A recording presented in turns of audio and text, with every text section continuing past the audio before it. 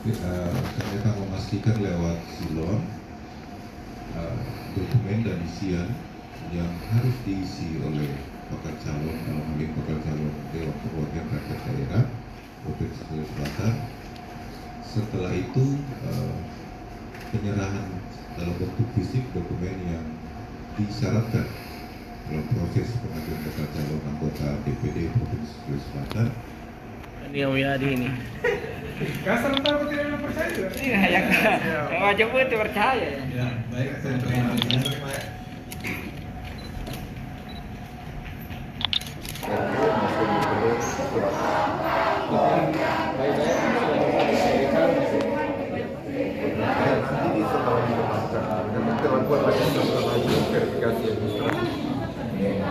Ada proses verifikasi administrasi, proses perbaikan yang pertama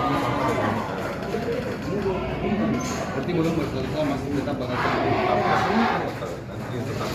komunikasi bersama KPU dan Bawaslu. Kami juga ucapkan terima kasih kepada KPU Sulawesi Selatan dan Bawaslu yang telah menjadi wasit demokrasi yang sehat di Sulawesi Selatan. Kemudian kepada teman-teman simpatisan masyarakat yang telah memberikan mandat kami 4.000 lebih. Kami mendapatkan mandat terbanyak untuk menjadi calon DPD dari 18 calon. Oleh karena itu kami ucapkan terima kasih banyak kepada seluruh masyarakat dan teman-teman semua yang telah mendukung kami.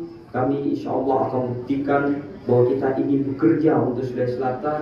Kita ingin membangun Sulawesi Selatan tidak lagi menjadi barometer Indonesia Timur. Sulawesi Selatan terkenal bahwa pintu masuk Indonesia Timur, Indonesia adalah Sulawesi Selatan.